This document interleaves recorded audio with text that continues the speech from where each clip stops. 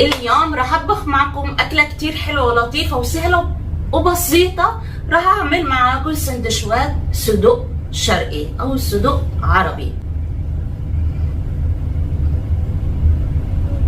شوفي بالتالي بتشككني بنفسي. ليش اشمعنى الصدق؟ ان الصدق من الاكلات اللي ما باكلها كتير، بالذات لما كنت بتركيا، لانه بتركيا ما كان فيها منها. فهون بنعوض اللي ما اكلنا بتركيا بناكله هون. فمشجعه كتير اني اعمل هاي الاكله، بحبها، وبالذات نعمل شويه طحنيه عليها بنفيهم، وبالذات راح اكلها مش بالخبز، لا جبت لها سمون او فينو ومع ترشي مخلل مصري على اصوله. تبقى الشغله هيك كملت، صارت 100 على 100. فلفل الوان زي ما انتم شايفين، واو شكله حلو كتير ومغري. جمعت الالوان كده وحطيتها، ومعايا بصله كبيره، والراعي الرسمي معنا الصدق. الفلفل معنا هنقطعها شرايح.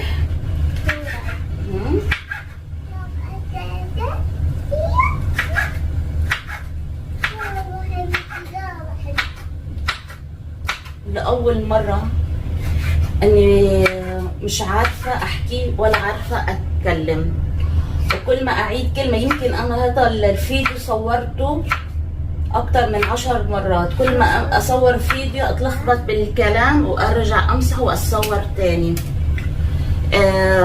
اول مرة تصير معي، مش عارفة ليش مش عم يطلع مني الكلام، يعني حاسة اني سكتم مكتم، يعني ما فيش. تمي مش راضي يتكلم، تمي مش راضية تتكلم. قولوا له وين اختفت؟ تعالي يا ماما، تعالي انت يا صغنن، تعالي قربي حبيبتي قربي. مش عارفة. فالمهم الصدق انا قلت لك قربي، بس ما قلت لك تقعدي فوق الفلفل. بس خلص بس. اليوم مش طبيعي، مش عم بيصير طبيعي اليوم معي. لا لما خلص بتساعديني. فالمهم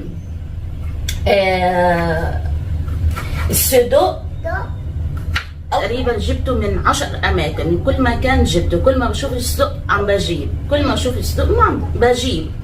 بس اللي كشفته ان الصدق ما بيتجاب من اي مكان، يعني جبته اكتر من 10 مرات، وكل مكان يختلف عن المكان، وما كان يعجبني. هوش علاقه باللحمه اصلا، ولا كانه محطوط فيه لحمه، بس كان نسمه دهون والطعم، يعني مش حاسه ان في لحمه. كنا ناكل وارميه، ما كنا نكمل. طبعا انا كنت متنحه انه افضل، قلت لرامي هفضل اجيب منه لحد ما الاقي مكان مناسب والصدق يكون مناسب فيه ولطيف وحلو ونجيب من عنده. هفضل اجيب، وكنت اسال يعني مين اللي بيعمل صدق حلو، مين اللي بيعمل صدق اللحمه فيه حلوه. ف سعيت عليه بصراحة. ليش اني سعيت عليه وضليت انه ما يأس، وضليت ادور لحد ما لقيت على المكان المناسب اللي اجيب منه. انه انا قعدت 4 سنين بتركيا ما كنت الاقي منه، انه موجود بتركيا اطلاقا. والصدق من الاكلات اللي بحبها، فقلت كمان اجي هون وما اكل منه، لا. فكانت الموضوع كان صعب كتير. لحد بالصدفة رحنا مكان كنا عم بنجيب منه شوية أغراض، بيض ولبنة وجبنة، بالصدفة لقيته بوشي. قلت خلينا نجرب. رامي قال لي بلاش هنزيد مصارينا على الفاضي، وبالأخير ما راح يتاكل وهنرميه. بلاش يا بنت الناس، الله يهديكي. فعلا جبناه وعملته، ومن كتر ما انا خلص يعني صارت عندي عقده انه كل ما بجيبه ما بيطلع حلو، حكيت لي رامي، قلت له لا كل انت الاول دوقه، اذا حلو قول لي. ده قال لي عن جد حلو. فقلت له انت بتمزح معي، بتعمل معي مقلب ولا هو فعلا حلو؟ قال لي لا والله كلي بس جربي، وراس لولو حلو. فدقته كتير، اتبسطت كتير كتير كتير كتير، واكلناه وعدت على خير واتبسطنا وشبعنا. فالمرة هاي قلت حابة اني اعمله معكم والطريقة الثانية ما كنت عاملاه على مزاجي انا. ليش؟ انه حسبت قلت 90% هيطلع مثل زي كل مرة مش حلو. انا كالعادة بحب اكله كيف؟ بحب اكله بالسفينو، وحط شوية طحنية من فوق السندوتش، وشوية ترشي مصري جنبه وبس. بحب اكله بهالطريقة. فالمرة فاتت ما عملت هالطريقة، هالمرة هاي حابة اعمله بالطريقة اللي انا كان نفسي اعملها. وتشوفوها. شفتوا هو يوم مش مبين، هو شفتوا هو اليوم مش مبين من اوله. مش عارفه اليوم هذا ما بده يعدي هيك على خير وعلى سلامه، ما بعرف، عم يصير في تطشط كثير. المهم عم بصور معكم وعم صار ساعه عم برغي وبحكي وبوصف لكم وعايشه الدور وعايشه الجلاله، وبالاخير فصل ان التليفون من ساحه التخزين كثير ضغط، فبدي امسح. وان شاء الله اكمل الفيديو هذا، شكله ما راح اكمل من كثر ما. المهم معي صدوق، كنت عم بحكي لكم انه الصدوق فيه زيت ودهون، فما بدي احط بالمقله الزيت كمان ويكون الليله كلها زيوت.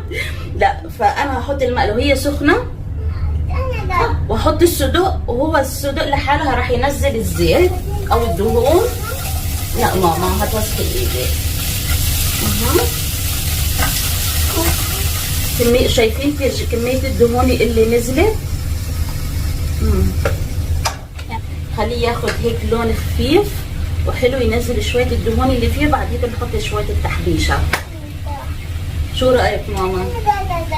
انت تساعديني يا صغير؟ ما انت ساعدتيني يا ماما.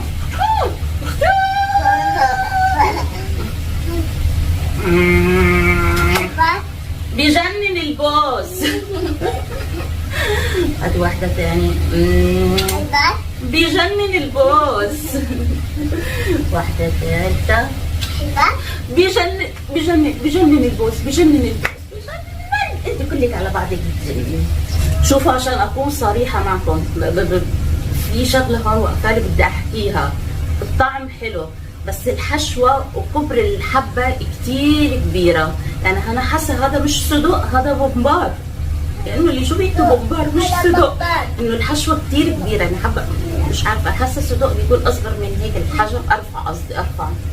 يلا المهم الطعم. لا حلوة ماشي الموضوع ماما. هاي لمين؟ هاي لمين؟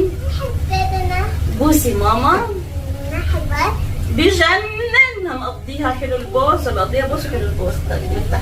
هاي ناديها شي ليمونة، فهضطر ان احطها لها بالكاسة تبعتها. مع اني بحب الشيليمونة بتكون افضل واسهل كثير معها. يلا اشربي صحتين.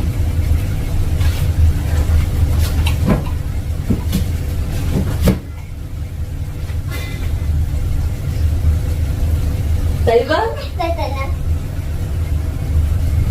وهلا بنحط الخضرة تبعتنا، هي مبينة انها كبيرة بس مع السوا بتدبل وبتقل.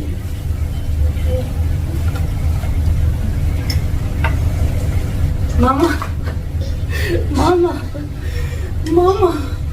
وريني. طيب خلص صحتين.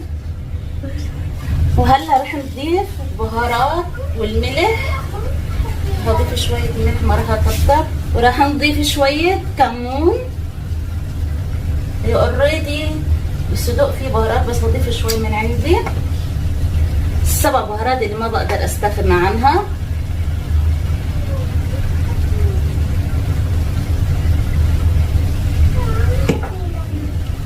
وشوية بابريكا حلوة، ونقلب. وطبختنا خلصت بنجاح. شايفين كمية الخضرة اول ما حطيتها كانت كبيرة ومبينة انها واو وبزيادة. شوفي كيف دبلت وكشت وصارت مو مبينة الا شيء بسيط. للأسف الطحنية مش موجودة عندي، بس الاساس اللي ما بقدر اكل صدوق الا لما يكون موجود هو قبل الصدوق، الترشي المصري معانا السمون. اول واحد راح نعطيه اللي يقولوا انه حسها انا يعني مش عارفه انك تنط بكرشي. طيب يلا نحط ام اللول.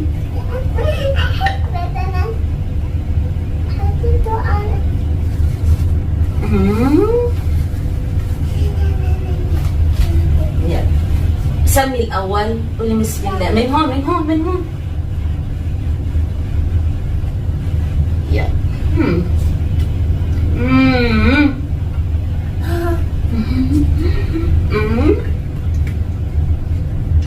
مع حته ترشه.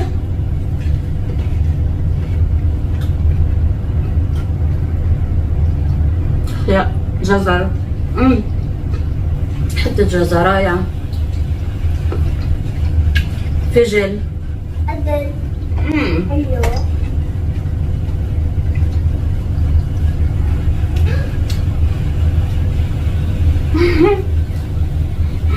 الصحون هاي اللطيفه الحلوه اللي حبيتها كتير الاكله اليوم.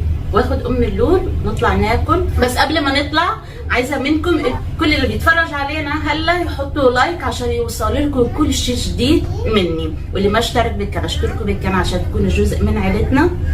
بحبكم كتير. باي.